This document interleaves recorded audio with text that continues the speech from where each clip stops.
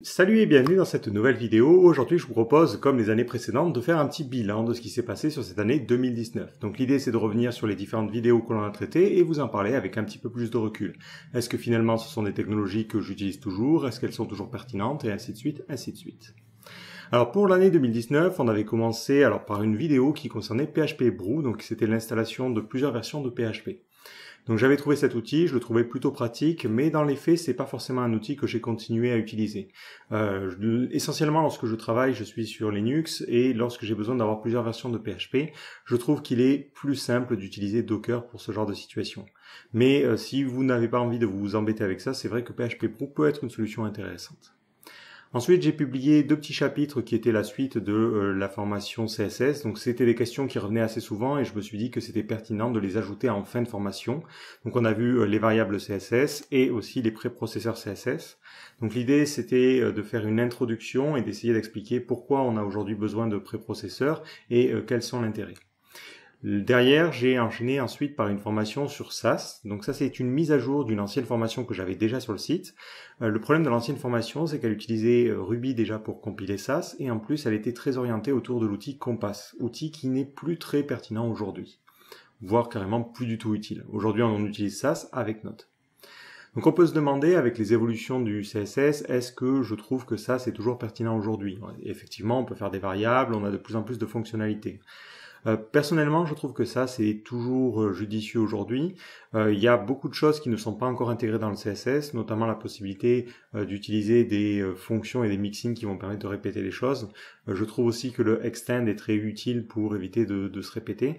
Donc le préprocesseur SAS, c'est toujours pertinent selon moi. Donc effectivement, il y a certaines choses qui sont intégrées maintenant dans le CSS, comme par exemple les variables ou la possibilité de faire des petits calculs. Alors on peut pas tout faire, mais il y a quelques petites choses que l'on peut faire.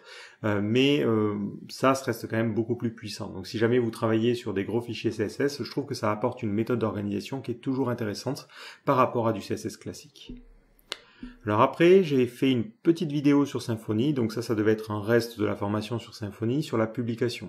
Donc effectivement, j'avais fait toute une formation pour expliquer comment créer un projet de A à Z avec Symfony, et il manquait un petit peu la dernière étape, c'est-à-dire la mise en ligne de ce projet-là.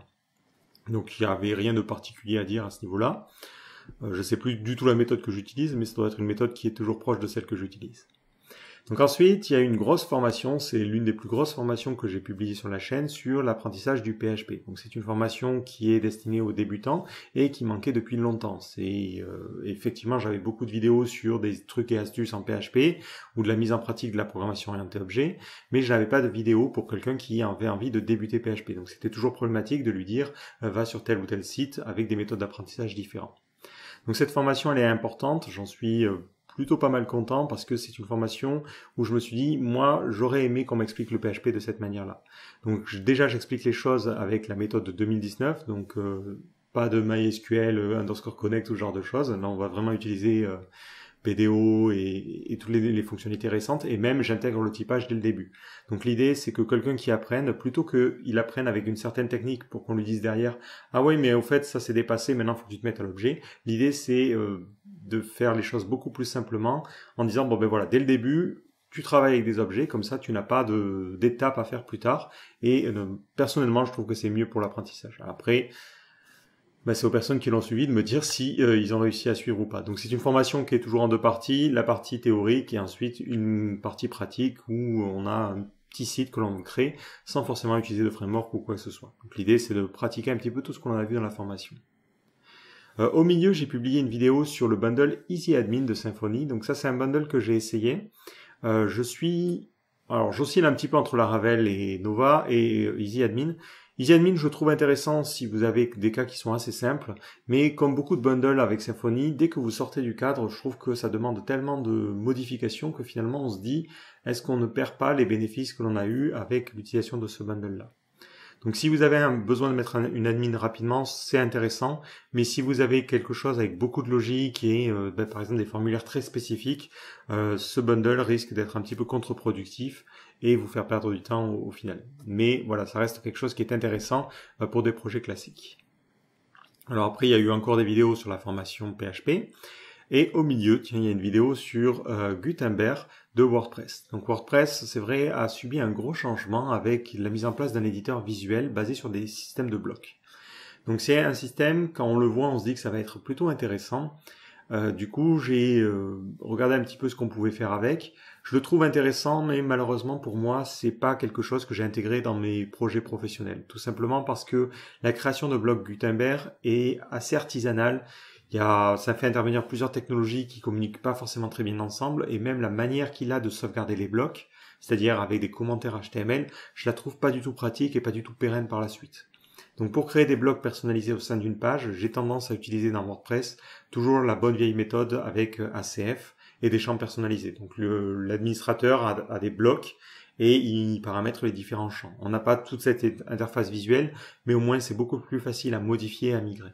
Je trouve que Gutenberg est pas forcément une très très bonne solution. L'idée derrière est très intéressante, mais l'exécution, pas satisfait beaucoup. Ensuite, j'ai aussi fait une vidéo sur Laravel Nova, donc ça fait écho un petit peu à la vidéo sur EasyAdmin. Donc il y a un client qui avait acheté Laravel Nova et du coup, pour travailler sur son back-office, j'ai dû me mettre à cet outil-là. Je lui donnerai à peu près les mêmes défauts que EasyAdmin, mais je le trouve finalement encore plus compliqué. Laravel Nova, ce qu'il fait, c'est que toutes les vues sont générées avec du Vue.js et du front, et vous avez de l'autre côté la partie API. Donc le problème, c'est que quand on veut un formulaire un peu particulier, c'est vite l'usine, parce qu'il faut créer des modules spécifiques, ensuite il faut réintégrer ça, il faut créer des champs, et ça devient très très rapidement compliqué. Donc tout comme EasyAdmin pour Symfony, je dirais que Laravel Nova est quelque chose de très intéressant si vous avez un back-office qui est assez classique, on va dire. Si vous avez un back-office avec plein de champs personnalisés, beaucoup de logiques spécifiques, vous allez perdre du temps parce que vous allez devoir utiliser sa structure à lui pour créer vos propres champs. Et c'est là où, en général, tout le temps qu'on a gagné, on se retrouve à le perdre à cette étape-là. Alors ensuite, on est revenu sur du Symfony. J'ai vraiment fait des allers-retours pendant cette année pour présenter Mercure. Donc Mercure, c'est un bundle et un outil qui va permettre de mettre en place des notifications instantanées sur Symfony. Donc par exemple, quand vous avez quelque chose qui se passe, pouf, vous pouvez avoir une petite pop-up. Concrètement, c'est un outil que j'ai découvert par rapport à un besoin perso, mais finalement, je n'ai jamais été amené à le réutiliser. Mais je dirais que c'est toujours intéressant avec les frameworks, que ce soit Laravel, Symfony ou même Rails, d'avoir des solutions qui sont intégrées dans le framework parce que ça permet d'éviter d'avoir à faire des choix et de directement avoir quelque chose qui est répandu. Donc c'est très pertinent pour des notifications instantanées. En revanche, si vous voulez mettre en place des systèmes permettant de savoir qui est connecté par exemple à l'application, je crois que c'est une solution qui est un petit peu limitée à ce niveau-là. Mais c'est intéressant, notamment parce que ça utilise aussi le système de serveur push HTML et c'est quelque chose de plutôt sympa et plutôt pratique à utiliser par rapport au socket par exemple. Alors après, on a refait un petit peu de JavaScript avec la création d'une fenêtre modale. Donc là, de manière générale, en fait, je reprends des anciens tutoriels et j'essaie de les porter avec les méthodologies de développement plus modernes. Donc j'ai beaucoup de vidéos sur la chaîne qui ont été faites avec jQuery et je me dis que c'est l'occasion de les refaire. Et ces vidéos-là, je les intègre finalement à la formation JavaScript.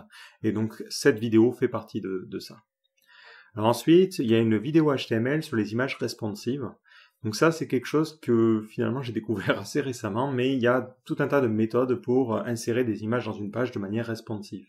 Donc j'ai eu le problème avec un client où on avait plein de formats d'images et c'est en cherchant que je suis tombé sur différentes solutions. Alors elles sont pas toutes très compatibles avec les différents navigateurs, mais c'est intéressant d'avoir une solution qui ne nécessite pas une tonne de JavaScript pour alterner entre différents formats d'images. Et ça, c'est plutôt pratique. Donc ensuite, encore une vidéo sur la formation PHP, donc ça devait être une publication après coup. Pareil, j'ai fait des vidéos sur l'éditeur, donc ça c'est juste expliquer aux gens quel éditeur j'utilise, notamment Visual Studio Code dans les deux formations. La vidéo Pancake du 1er avril, donc j'espère qu'elle aura servi même si j'ai fait une erreur dans les dosages. Ensuite, une vidéo sur Gulp. Alors ça c'est intéressant parce qu'aujourd'hui avec Webpack, beaucoup de gens ont tendance à dire que Gulp n'est plus très utilisé. Et j'ai eu un projet qui utilisait Gulp 3 il me semble, et j'ai dû le mettre à jour en utilisant Gulp 4. Donc si vous vous demandez ça, Gulp est toujours pertinent aujourd'hui parce que Gulp est un outil qui est différent de Webpack. Webpack est un outil qui a pour objectif de prendre un JavaScript. Ce JavaScript peut inclure différents fichiers et lui il va générer un bundle. Gulp, c'est différent. Vous allez concevoir un tuyau et vous allez faire passer vos fichiers par différents tuyaux. Et ça vous permet de faire beaucoup plus de choses. Par exemple, on peut s'imaginer que vous prenez tous les JPEG d'un site, vous les redimensionnez dans un certain format ou même dans plusieurs formats pour créer une version Retina, non Retina, et vous les passez derrière sur un optimiseur d'image, par exemple. Donc dans ce cadre-là, Webpack est complètement inadapté. C'est pas l'objectif de Webpack. Et Gulp va plutôt être utile. Donc pour tout ce qui est JavaScript, effectivement j'utilise Webpack, mais pour tout ce qui est images, parfois aussi pour le CSS, parce que je trouve que Webpack est pas très pratique pour ça, pour les optimisations des polices, des SVG, j'utilise toujours Gulp. Et de la même manière, vous pouvez aussi avoir dans Gulp Webpack qui est utilisé. Donc par exemple, vous pouvez dire prends les JS, transforme-les via Webpack et ensuite tu sortiras ça. Donc c'est un outil qui aujourd'hui est toujours utile. Alors après, il y a une petite vidéo sur la génération de PDF avec Gutenberg, donc ça c'est tout simplement un petit outil.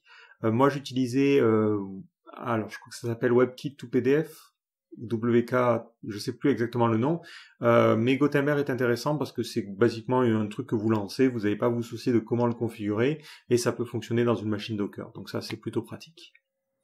Après, on a fait une petite vidéo sur la présentation du framework Svelte. Donc Svelte est un outil qui est un petit peu dans la même idée, on va dire, que du Vue.js ou du React, sauf que l'approche est complètement différente parce que il fait la totalité des étapes quasiment à la compilation. Donc plutôt que d'avoir quelque chose d'avoir un gros runtime comme ça peut être le cas avec Vue.js ou React DOM, là on a quelque chose qui est compilé en JS natif et c'est plutôt intéressant. Au final, je le trouve intéressant, mais le principal problème que j'ai, et c'est un problème que j'ai avec beaucoup d'outils, c'est que ça utilise une syntaxe alternative, les points Svelte, et le problème c'est que d'une part, on n'a pas forcément une autocomplétion qui est tip-top dans les éditeurs, et d'autre part, si demain le loader venait à ne plus être à jour, vous ne pourriez plus utiliser votre code. Et ça, c'est quelque chose que je n'aime pas trop. Pour vous donner un exemple, j'avais des projets qui utilisaient Vue.js 1, et ces projets-là aujourd'hui sont difficilement maintenables, parce qu'il faut retrouver le loader pour parser ces fichiers Vue.js 1 et il faut ensuite pouvoir les traiter. Les IDE ne comprennent rien parce qu'ils se disent non, ça c'est pas la syntaxe Vue classique et du coup c'est problématique. Et je pense qu'avec Svelte, mais c'est aussi le cas avec React, on va avoir le même problème dans le futur. Si jamais cette librairie venait à être dépréciée, ne plus être utilisée, finalement tous les fichiers que j'ai créés avec Svelte, je ne serais plus en mesure de les convertir. Et ça c'est pas forcément tip top. Après, on a refait du JavaScript avec une technique d'animation Flip, qui est une technique d'animation qui est plutôt intéressante et qui permet de faire des transitions complexes entre deux états. Donc, j'ai pas grand-chose à dire à ce niveau-là, si ce n'est que c'est aujourd'hui quelque chose que j'utilise assez souvent lorsque je dois faire des filtres ou lorsque je dois faire des transitions entre les pages. Je trouve que c'est une solution un petit peu clé en main qui est pratique et qui évite de se compliquer la vie sur la logique métier. Alors après, on est revenu sur entre guillemets du Symfony, mais c'est quelque chose qui est global avec d'autres frameworks. C'est la documentation d'API avec Swagger. Donc ça, c'est encore une fois issu de mon expérience professionnelle. J'ai travaillé sur un projet qui était assez complexe et on a voulu mettre en place des API. Donc typiquement le projet Nuxt. Donc on a le front avec Vue.js et derrière le back avec je crois que c'était du Laravel et une API. Donc le souci, c'est que si vous faites ça et que vous ne documentez rien, très rapidement ça devient compliqué de communiquer avec la personne qui s'occupe du front. Du coup, on a mis en place Swagger. Donc Swagger, c'est un outil qui permet de générer une documentation. Et l'avantage, c'est qu'ensuite, derrière, la personne qui était en charge du front pouvait dire « Ah, voilà comment fonctionne ce endpoint, voilà le type de données que je vais avoir. » Et basiquement, c'est très intéressant pour documenter une API. Donc on l'avait fait avec Laravel, mais ça fonctionne avec n'importe quoi, vu que c'est simplement des annotations que vous allez mettre dans vos fichiers. Donc encore une fois, pour parler d'API, ensuite on a fait une vidéo sur l'OAuth 2.0. Donc là, mon objectif, c'était tout simplement de faire une vidéo générique pour parler de ce principe d'authentification, parce qu'on le retrouve dans la plupart des réseaux sociaux, que ce soit Google, Facebook ou autre. Dès qu'on veut se connecter avec ces systèmes, la procédure d'authentification, même si les URL changent, la procédure reste la même. Donc je me suis dit, on va faire une vidéo générique pour expliquer qu'est-ce qu'on cherche dans la documentation, quelles sont les différentes étapes de cette authentification, pour que les personnes puissent ensuite, peu importe l'API avec lesquels ils veulent communiquer, que ce soit Facebook, Twitter ou je ne sais quoi d'autre, ils peuvent suivre cette vidéo et ils ont toutes les clés pour mettre ça en place. Donc on utilise je crois pas de librairie derrière. On voit vraiment comment faire les requêtes curl, comment inspecter les choses. Je crois que j'utilise Insomnia d'ailleurs. Donc c'est une vidéo intéressante si vous voulez comprendre un petit peu mieux comment fonctionne ce processus d'authentification. Mais c'est vraiment en tant que consommateur, c'est pas en tant que créateur d'une authentification. Alors ensuite, j'ai fait une vidéo sur le Object Storage. Donc ça, c'était une vidéo qui m'avait été proposée par Scaleway. Donc Scaleway, c'est un hébergeur français qui m'a dit « Ah, au fait, on sort un système d'Object Storage, on peut vous offrir de l'hébergement si vous voulez faire des vidéos sur le sujet. » Et je me suis dit « Ouais, c'est l'occasion parce que j'ai pas forcément de compte Amazon ou autre et je voulais pas forcément payer pour juste une vidéo. » Et du coup, ça a été l'occasion de parler de ce qu'est le Object Storage et de parler de l'API S3 notamment. Donc là, pour le coup, c'était un échange de bons procédés et c'était plutôt cool. Donc ensuite, on a fait une petite vidéo sur les collections. Alors, je sais plus trop pourquoi, mais je crois que dans un projet, j'ai eu besoin de manipuler des tableaux complexes et j'ai découvert qu'on avait la possibilité d'utiliser le système de collection de Laravel en dehors de Laravel. Donc perso, je trouve que leur système de collection est plutôt pratique parce qu'il est simple à écrire. On n'est pas obligé de se compliquer la vie et les méthodes sont plutôt naturelles. Donc si vous travaillez avec beaucoup de tableaux, ça peut être intéressant. Après, il faut savoir que forcément, il y a une étape et une abstraction supplémentaire, donc ça a un coût en termes de performance. À vous de voir si vous voulez prendre ce coût ou pas. Ensuite, on a fait une petite vidéo sur du JavaScript et je vous ai présenté Swap. Donc Swap, c'est un outil de transition entre les pages. C'est un petit peu comme un TurboLink, mais avec une notion d'animation en plus. Finalement, c'est un outil que j'ai aimé au premier abord, mais que je ne trouve pas très pratique, parce que lorsque vous cliquez sur un lien, en fait, il va faire une animation de disparition, et c'est qu'à la fin de cette animation qu'il va charger le contenu suivant. Donc si vous avez une animation de disparition qui dure 700 ou 800 millisecondes, et une animation d'apparition qui dure 800 millisecondes aussi, vous vous retrouvez avec une transition entre les pages qui dure presque 1 seconde et demie, ce qui est pas terrible d'un point de vue expérience utilisateur, à mon goût en tout cas. Je trouve que ça ralentit les choses. Si vous avez des pages qui se chargent en 60 ou 100 millisecondes, vous cliquez sur un lien, en 200 millisecondes, vous avez la page suivante. Finalement, les animations rajoutent de la lourdeur. C'est cool parce que ça permet de masquer un changement lent, mais si votre site est rapide, ça rajoute de la lenteur, et du coup, je suis pas trop fan. Je préfère garder TurboLink pour le coup. Donc ensuite, j'ai fait une vidéo sur polyfill.io, donc ça, c'est quelque chose que j'ai dû utiliser pour un projet récent. Je trouve que c'est juste pratique parce que j'ai pas envie de me prendre la tête à gérer tous les polyfills, et l'avantage, c'est qu'il ne charge que les polyfills qui sont nécessaires. Donc là, le gros avantage, c'est tout simplement que les navigateurs récents ne se tapent pas 300 ou 400 kilos de JavaScript à charger pour rien.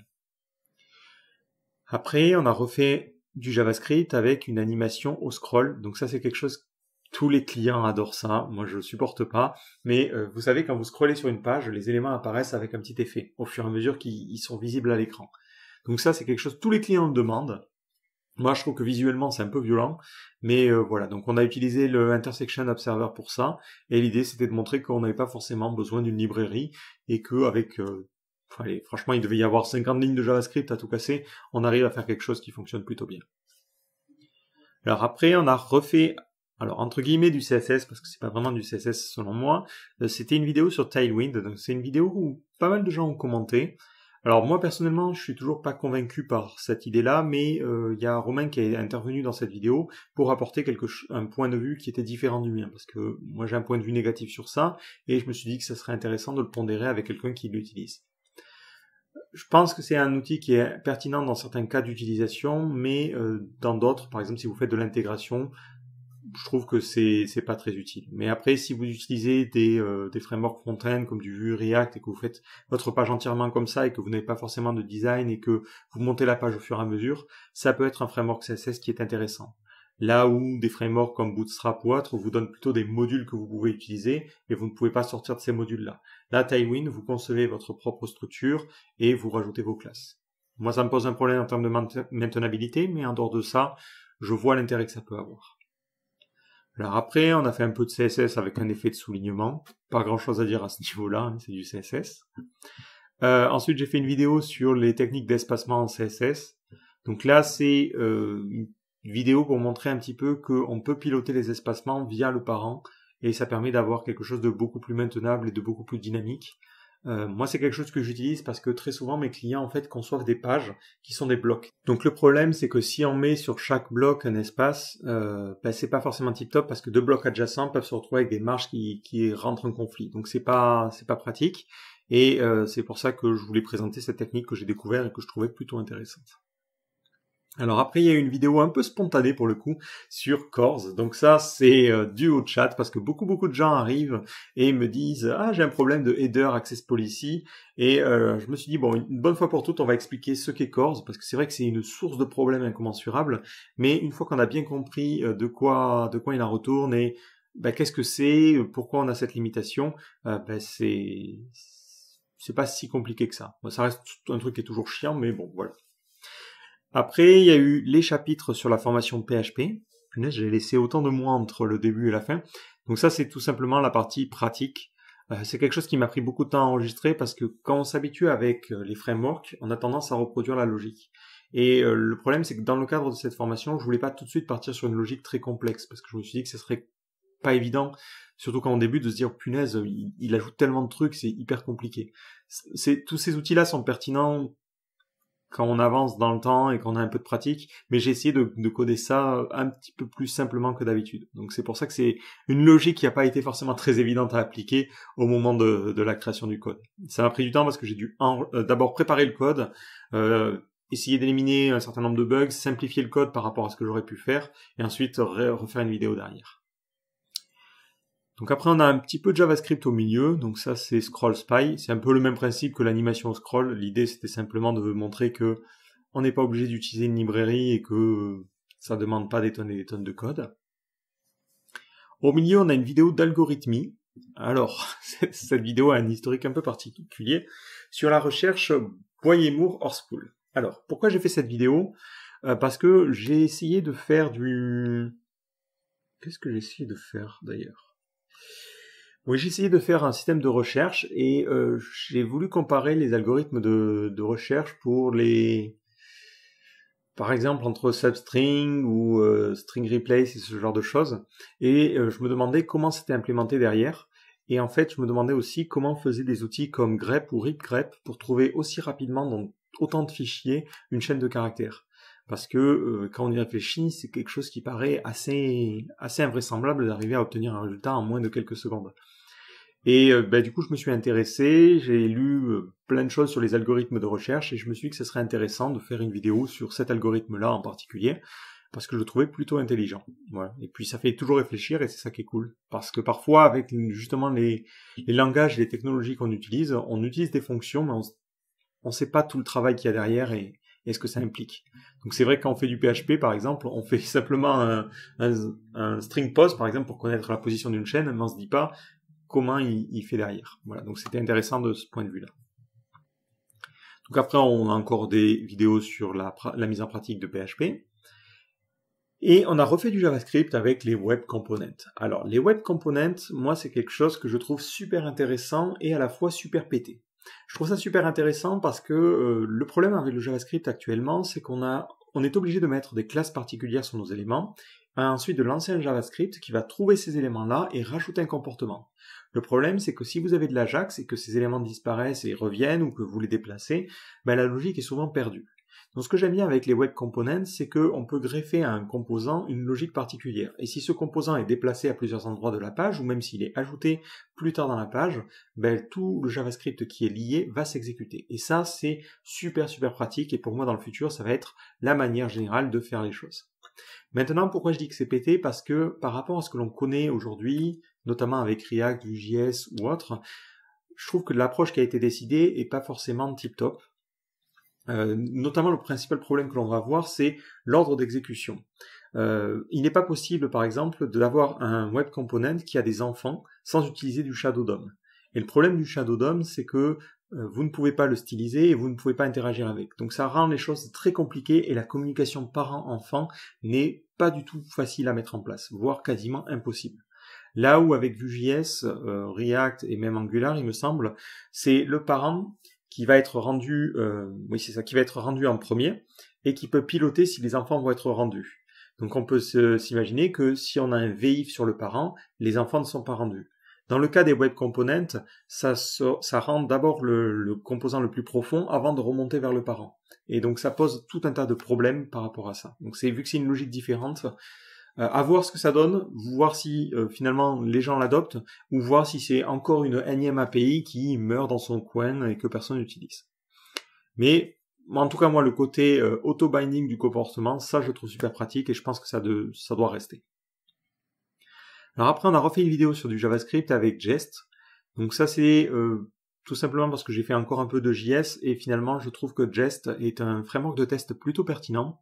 Là où d'habitude il faut bricoler avec Mocha tout un tas de trucs et arriver à peu près à avoir un framework de test correct. Jest je le trouve pratique parce que c'est un peu la philosophie que j'aime bien dans beaucoup de langages. C'est vous le mettez et ça fait tout seul quasiment, il n'y a rien à installer. Donc ça c'est plutôt sympa, au moins on n'a pas à se compliquer la vie à installer 200 modules différents. Donc après j'ai fait une vidéo sur les Flexbox, donc ça c'est tout simplement parce que j'avais déjà une vidéo sur les Flexbox mais elle était pas du tout intégrée dans la formation CSS. Donc l'idée c'était de faire une vidéo qui était plus destinée aux personnes qui débutent avec le CSS et d'avoir quelque chose de plus intégré dans la formation CSS. Le contenu est le même mais le format est différent. Donc après j'ai fait une petite vidéo sur Figma. Donc Figma pour moi c'est un outil que j'adore vraiment parce que souvent j'ai besoin de modifier des SVG ou de faire des petites modifs sur des designs et jusqu'à maintenant c'était l'usine, il fallait que je lance une VM qui avait Illustrator, enfin c'était un enfer. Donc là avec Figma, si je reçois un SVG, je peux le modifier facilement, c'est pratique à utiliser et même pour des designs, je trouve ça finalement plutôt pratique. Donc pour moi c'est un petit peu la révélation. Après ça a le problème de sa qualité, c'est que ça utilise Google Chrome et un navigateur. Enfin, ça utilise un navigateur, ce qui fait que sur des grosses maquettes, c'est un petit peu lent, et de la même manière, quand vous chargez une maquette, c'est lent. Et vous êtes aussi obligé d'avoir une connexion en permanence. Alors c'est cool parce qu'on peut avoir par exemple, je peux ouvrir une maquette sur mon Mac et en même temps sur mon PC et avoir les deux qui agissent en live, mais d'un autre côté, c'est très pénible si vous avez une connexion limitée. Alors après, j'ai fait une vidéo Symfony sur la création d'un blog partagé. Qu'est-ce que c'est que ce truc-là ? Ah oui, c'était comment faire... Ah oui, ça pareil, c'est une vidéo qui provient du chat, de questions qui ont été posées sur le chat. Beaucoup de gens ont du mal avec Symfony à dire « Ah, j'ai un bloc qui se répète de page en page, comment je gère les variables qui sont envoyées à ce bloc-là? Comment je fais pour le gérer ?» Donc c'était juste pour répondre à cette question. Pareil, la vidéo suivante sur le Only Full Group By, c'est une question de chat. C'est parce que quand vous faites des groupes by sur MySQL dans les dernières versions, maintenant on a une erreur parce que il y a une nouvelle sécurité qui a été mise en place par défaut et basiquement ça vous empêche de faire une requête qui est mauvaise. Donc avant on n'avait pas l'erreur, donc on se disait oui c'est comme ça qu'il faut faire, et maintenant on a cette erreur. Donc l'idée c'était d'expliquer pourquoi on a cette erreur, comment on doit modifier les requêtes SQL pour contrebalancer ça, ou comment on peut désactiver complètement le warning et continuer à ignorer les choses. Alors après, on a fait une vidéo sur le TDD. Alors je me demande si c'est pas une vidéo qui fait suite à un coding dojo. Je regarde ça juste vite fait. Je pense que c'est ça. Donc l'idée, donc là pareil, c'est une technique que j'ai vue plusieurs fois. Je l'ai vue quand j'ai commencé un petit peu à apprendre Go et je l'ai revue à un meetup PHP où l'idée c'est pas forcément de concevoir tous les tests et ensuite d'écrire le code, mais l'idée c'est de concevoir un test, puis d'écrire un code simple pour valider le test, et d'écrire les deux comme ça, l'un à côté de l'autre. L'idée c'est de pouvoir créer des logiques complexes, et de morceler un petit peu les choses progressivement à travers les tests. Et j'ai trouvé ça très intéressant, et pour des cas complexes, c'est très très pratique. Typiquement, je crois que l'exemple du coding dojo, c'était une horloge, ou l'exemple typique c'est vous avez besoin de créer quelque chose qui va convertir en nombre en chiffre romain ou l'inverse. Si vous essayez de tout de suite résoudre tous les problèmes, ça va être compliqué. Donc l'idée, c'est de commencer par décomposer. Par exemple, on dit que un i, ça doit donner 1. Donc vous écrivez le test, et ensuite vous écrivez le code. Ensuite vous dites, ah mais maintenant qu'il y a 2 i, ça doit donner 2. Donc le test passe au rouge, et vous écrivez le code. Et ainsi de suite, ainsi de suite. Je sais plus exactement, ça s'appelle pas vraiment le TDD, mais je crois que c'est la logique test first. Ou je sais plus exactement le nom. Mais c'est super pratique pour décomposer des problèmes complexes. Alors après, j'ai fait une petite vidéo sur de la revue de code. Donc ça, c'est un format que j'aimerais bien mettre en place un petit peu plus fréquemment, mais j'ai du mal à trouver des sources pour le sujet. L'idée, c'est de prendre du code qui a été écrit par d'autres personnes et de voir ce qui va et ce qui va pas, et de donner des conseils. C'est quelque chose de un petit peu plus naturel et je pense que ça peut être intéressant sur différents cas. Donc j'aimerais bien avoir la même chose en CSS pour justement voir les bonnes pratiques. L'inconvénient, c'est que très souvent, on donne des bonnes pratiques sans forcément donner de contexte. Pourquoi on va faire ça de telle ou telle manière et pourquoi on va faire ça, pourquoi on évitera de faire ça de telle manière. Là, l'avantage, c'est qu'à travers la revue de code, on peut dire, ah ben voilà, là il a écrit ça, voilà pourquoi c'est mauvais, voilà pourquoi il faut le remplacer, et quels sont les avantages et les inconvénients de son approche, et c'est plus intéressant parce qu'on peut plus argumenter, plutôt que de dire, ah ben c'est comme ça qu'il faut faire, point barre. Voilà, c'est pour ça que j'aime bien ce format-là. Alors après, j'ai fait un petit peu de Vue.js. Alors je me suis remis légèrement à Vue.js parce qu'il y a une nouvelle API qui apparaît, et je me suis dit, bon, on va voir un petit peu de quoi il en retourne. Mais concrètement, finalement, j'ai pas forcément beaucoup intégré Vue.js dans mes projets. Je reviendrai dessus juste après quand je vais parler un petit peu de mon expérience. Alors après, ça aussi, ça a été une grosse vidéo. On a fait du JavaScript avec la création de son propre React. Donc ça, c'est une vidéo qui fait suite à un article que j'ai lu où la personne essayait de créer son propre React.js. Ça s'appelait Didact. Ça s'appelle aussi Didact dans la vidéo. Je trouvais ça super intéressant parce que quand on voit React et quand on comprend la logique de React, on se dit, punaise, il y a des choses, comment il fait ce virtual DOM pour comparer deux arbres complets.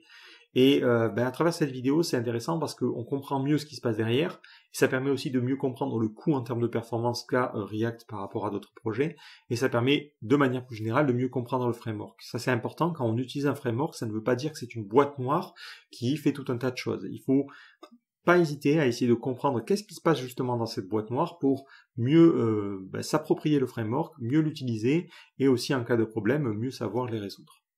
Et puis aussi, si jamais un jour vous avez un bug et que vous avez envie de le corriger, au moins vous comprenez le code du framework. Alors après, j'ai fait une série, alors c'est une série à la fois Symfony et JavaScript sur la création d'un filtre dynamique.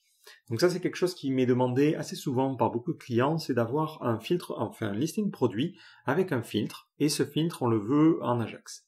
Le problème, c'est que souvent, le référenceur me dit « Oui, mais moi, il faudrait que toutes les URL soient consultables, parce que c'est mieux d'un point de vue référencement, ça fait un meilleur maillage, tous ces trucs-là. » Le problème, c'est que souvent, on a tendance à vouloir faire tout en JavaScript, et finalement, c'est pas très très pratique. Donc là, l'idée, c'était de montrer comment on fait, dans un premier temps, le filtre entièrement en back, c'est-à-dire que c'est le back qui va générer la nouvelle liste, tout le back est responsable de tout, ce qui nous permet déjà d'avoir chaque URL et tout le fonctionnement basique. Et ensuite, en rajoutant un peu de JavaScript, on rajoute cette surcouche de filtre en gardant ce que l'on a fait côté back. Et c'est ça qui est intéressant, c'est que finalement, c'est le back qui continue à piloter les choses et on a les URL, tout ce truc. On n'est pas obligé de s'embêter à bazarder du framework front-end pour ce genre de situation. Voilà. Moi, je trouve que c'est l'approche la plus pratique. Et après, forcément, c'est mon expérience. Moi, je suis plutôt quelqu'un qui aime que ça soit généré côté back-end. Donc, c'est pour ça que j'ai pris cette approche-là. Alors après, je vous ai présenté une petite librairie que j'ai créée pour créer un système de file drop. Donc ça, c'est quelque chose qui est demandé assez souvent. Finalement, je crois que c'était il y a 2 jours à peu près, il y a quelqu'un qui m'a dit que ça marchait pas sur Safari. Donc je suis un peu dégoûté parce que j'ai cherché à droite et à gauche. Et Safari, il manque une petite API, et enfin une seule méthode, il me manque une méthode, et ça casse mon principe. Donc pour l'instant, c'est une librairie finalement qui ne fonctionnera que sur Chrome et Firefox, et tous les navigateurs basés sur Chrome basiquement, et effectivement, ça ne marchera pas sur... j'ai pas essayé sur Edge d'ailleurs. Non, sur Edge, ça peut pas marcher.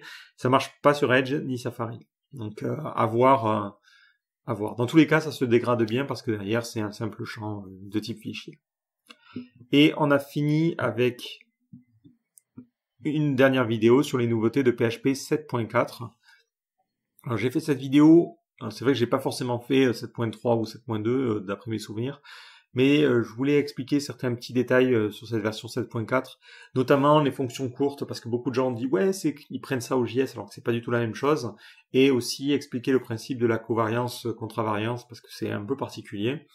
Mais basiquement, c'est une mise à jour, comme toutes les mises à jour de PHP récemment, qui va dans le bon sens, et moi en tout cas je suis plutôt satisfait de l'évolution du langage. C'est vrai que je l'avais quitté à un moment donné, et ça m'a permis de revenir dessus. Voilà, après, qu'est-ce qu'on a fait? Non. Bon, après, on a fini sur un petit live coding. Donc, j'avais un projet à faire pour un pote et je me suis dit, c'était l'occasion de vous montrer un petit peu ma méthodologie. Bon, finalement, je suis allé un petit peu à droite à gauche, donc je suis pas forcément sûr que ce soit une vidéo qui faut suivre en vrai. Voilà. Mais au moins, ça permet de me voir galérer en vrai et ça peut aider les gens. Donc voilà pour cette petite partie. Qu'est-ce qu'on a vu cette année? Donc finalement, ça a été une année plutôt calme, ça a été une année assez classique au niveau des vidéos, donc du PHP, du JS et du CSS. Maintenant, pour parler plus de moi, qu'est-ce que j'ai appris et qu'est-ce que j'ai fait? Donc cette année, comme les années précédentes, je me suis dit tiens, je vais me lancer dans un nouveau langage, pourquoi pas. Le langage que j'ai essayé d'apprendre, c'est Golang. Tout simplement parce qu'il m'intriguait, j'avais fait Elixir et je voulais voir un petit peu de quoi il en retourne. Un peu comme pour Elixir, finalement c'est un langage qui est trop spécifique à mon sens. Moi je fais des sites web, j'ai juste besoin de générer des pages HTML, j'ai pas forcément besoin de créer et de gérer vraiment un serveur de manière complexe. Donc pour moi c'est un langage qui est trop bas niveau par rapport à mes besoins. En revanche c'est un langage que je trouve très intéressant parce que d'une part il est simple à apprendre. Effectivement au niveau de ce qu'il fournit de base, il n'y a pas des tonnes de choses. On a vite fait le tour. Et on arrive à écrire du Go en environ une journée, là où d'autres langages sont beaucoup plus complexes. Par contre, il y a toute la notion de concurrence qui est assez poussée. Au début, on se dit, on a juste un système de channel et de routine, c'est simple, on passe des messages, et très rapidement, on réalise que c'est hyper puissant, et que ça peut aussi mener à des problèmes hyper complexes. Notamment des deadlocks, des messages qui partent, mais qui finalement ne sont jamais reçus, et du coup qui bloquent le processus précédent. Donc toutes ces logiques-là, aujourd'hui, avec des technos modernes, que ce soit PHP, que ce soit par exemple Node.js, plutôt Node.js on va dire, on s'en soucie pas. Avec Node.js, on fait de la synchrone, et puis c'est le truc derrière, le moteur, on peut ignorer complètement comment il fonctionne. Voilà, ça, notre code marche. Avec Go, on est obligé de bien faire attention à tout ce que l'on écrit. Donc ça n'a pas été du tout évident, et je dirais que c'est une problématique qu'on n'a pas envie d'avoir pour un site web classique. Pour un site web, on se dit, on gère, en tout cas moi c'est ma philosophie, mais une requête égale un process, et puis ce process on le gère comme ça, on s'en fiche. Après, on a peut-être des process à gérer en tâche de fond, comme les redimensionnements d'images, la conversion de vidéo, mais dans ce cas-là, on va plutôt mettre en place un système de file d'attente. Donc on peut toujours s'en sortir, même avec des langages qui ne gèrent pas la concurrence. Si on fait par exemple avec du PHP, on utilise un système de file d'attente, et c'est ce système qui apporte de la synchrone au langage. Avoir ça directement dans le langage, ça peut être pertinent et ça peut être intéressant, mais il faut savoir l'utiliser. Et comme disait l'oncle de Spider-Man, avec de grands pouvoirs implique de grandes responsabilités. C'est le même problème qu'avec Go, c'est que pour moi ça offre tellement de pouvoir en termes de concurrence, que vu mon niveau en tout cas, c'était un bon moyen de tout péter, quoi, d'avoir un code qui ne fonctionne pas du tout. Et ça, c'est pas tip top. L'autre chose qui m'a posé pas mal de problèmes, ça a été le typage. Je le trouve intéressant, mais parfois trop strict. Quand il attend quelque chose, il attend vraiment un type en particulier et il n'attend pas le type enfant par exemple. Donc ça peut poser des problèmes de structure. Après il manque aussi les génériques, ça c'est un peu dommage parce que quand vous avez des types complexes, vous êtes obligé de créer de nouveaux types pour pas grand chose. Donc ça serait bien de pouvoir dire je veux une liste de quelque chose. Et le dernier problème, mais ça c'est un problème que tout le monde relève, c'est la gestion des erreurs. Alors la gestion des erreurs, je la trouve intéressante au premier abord parce que en fait c'est un langage où il n'y a pas de try-catch. Et ça vous oblige et basiquement toutes les fonctions, la plupart des fonctions qui renvoient rembobinage, toutes les fonctions peuvent renvoyer plusieurs choses. Et ce qui se passe, c'est que par exemple, quand vous appelez une fonction qui lit un fichier, elle va vous renvoyer le stream ou le contenu du fichier, et en second, elle va vous renvoyer l'erreur. Donc souvent, vous faites votre ligne, et ensuite vous dites, si j'ai une erreur, alors je fais ça. Indirectement, ce que ça apporte, c'est que ça oblige les gens à gérer les erreurs tout le temps. Ce qui est cool parce que si on prend l'exemple de PHP ou de Node.js ou peu importe de quel langage moderne, peu importe le langage qui a des try-catch, souvent ce qu'on fait c'est qu'on écrit le code sans jamais se soucier des erreurs. Et on met à la fin, en tout bout de chaîne, un try-catch. Le problème c'est quand on obtient l'erreur, c'est qu'on sait pas vraiment d'où elle est venue. On se dit juste, ce script dans sa globalité a planté. Là avec Go, ça nous oblige à bien réfléchir les choses. L'inconvénient, c'est qu'effectivement, on se retrouve à écrire beaucoup de code, mais de temps en temps, c'est vrai qu'on se dit, c'est un peu pénible, quoi, en vrai. Est-ce qu'on pourrait pas mettre un petit try ou faire sauter l'erreur pour la récupérer plus tard? Parce qu'on est obligé de la faire remonter de fonction en fonction. Donc à chaque niveau d'abstraction que vous avez, vous êtes obligé de mettre un if, r différent de nul. Dans ce cas-là, je refais quelque chose où je retourne une erreur qui sera récupérée par l'autre, qui lui-même fera un if erreur égale nul, et ainsi de suite, et ainsi de suite. Donc je trouve pas ça très pratique. Voilà. Après, en termes de confort d'utilisation, c'est un langage qui est vraiment pratique et je dirais que, bon, moi j'ai jamais fait de C ni rien, donc je pourrais pas le comparer, mais si vous avez besoin d'écrire un exécutable et qu'il fonctionne, c'est super facile de se lancer dedans, quoi. En une journée, je vous dis vraiment, et je suis pas forcément une bille en langage bas niveau, c'est super facile à prendre en main. Surtout que la doc a un petit guide qui vous permet d'apprendre ça, donc c'est bien à ce niveau-là. Voilà. Ensuite, pour parler un petit peu plus personnellement, qu'est-ce qui a changé, enfin personnellement, professionnellement, moi au niveau de ma méthodologie, il n'y a pas grand-chose de nouveau finalement. Cette année, j'ai eu des projets qui ont été assez classiques. Ça a été beaucoup de PHP. Donc j'ai eu 2-3 projets en Laravel. J'ai eu quelques projets aussi avec du Symfony. Donc c'est vrai que j'intègre un petit peu plus de Symfony aujourd'hui que par le passé. Ça dépend vraiment. En fait, d'un côté, je trouve que Symfony a des atouts, mais de l'autre côté, je trouve que dans certains cas, il est trop verbeux. Alors, en général, quand je l'utilise, c'est finalement le client qui fait ce choix-là parce qu'il se dit, et c'est pertinent, si le projet, si je ne peux plus m'occuper du projet, il faut qu'un autre développeur prenne le relais, et c'est plus facile à l'heure actuelle de trouver des développeurs Symfony que des développeurs Laravel. Donc c'est pour ça qu'en général, le choix de Symfony m'est imposé. Moi, personnellement, ça m'indiffère un petit peu entre les deux. Juste, j'aime bien Laravel quand je dois créer des API, je trouve que c'est plus simple. Et Symfony, je l'aime plus quand on doit tout gérer côté back. Le système de formulaire et tout, de type est plus pratique à utiliser que dans Laravel. Donc bon, j'ai pas forcément d'opinion ici. Vous me demandez aujourd'hui, et même pour la nouvelle version de GraphicArt, je dois faire un choix. Je n'arrive pas à faire ce choix-là parce que pour moi, les deux sont quasiment aussi bien. Ensuite, j'ai fait aussi beaucoup de WordPress. Donc ça, c'est quelque chose que peu de gens savent, mais moi, ce que j'aime bien faire, de manière générale, c'est plutôt de l'intégration. Donc, c'est beaucoup d'HTML et de CSS et de JavaScript. Et du coup, les missions qui font intervenir ces langages-là, c'est beaucoup de missions WordPress. Donc, je travaille avec souvent une maquette. Très souvent, je travaille avec une maquette, basiquement. Je l'intègre et ensuite, je configure WordPress, je crée un thème personnalisé. Et c'est vraiment ce que demandent les agences les 3/4 du temps. Donc, dès que j'ai de la logique métier, Symfony, Laravel, et après dès qu'on est sur des sites vitrines, par exemple sites de ville, sites de communautés de communes ou sites corporate, là dans ce cas-là c'est les clients qui font la demande de WordPress parce que en termes de gestion ils sont plus habitués au back office et puis aussi il y a l'aspect référencement, configuration, plugin qu'ils aiment bien, ils peuvent créer des formulaires directement depuis ça. Moi c'est pas forcément un framework, un CMS que je trouve je le trouve pratique d'un point de vue gestion, mais d'un point de vue performance, c'est une usine, quoi. Donc après c'est le client qui choisit, quoi, on va dire. Mais c'est vrai que ça apporte un niveau d'administration que l'on n'aurait pas avec du code maison. Et ça, malheureusement, aujourd'hui, il n'y a pas de solution, à mon sens, qui est aussi bien à utiliser d'un point de vue client que du WordPress. Voilà. Maintenant, qu'est-ce qu'on peut attendre pour cette année 2020 ? Je pense que je vais rester pas mal sur la ligne éditoriale. Finalement, il n'y a pas besoin de réinventer la roue. Les vidéos sur Golang, je ne pense pas en faire finalement parce que je n'ai pas pratiqué ce langage-là et je n'ai pas de cas concret à démontrer. Donc je vois pas trop ce que je pourrais faire avec.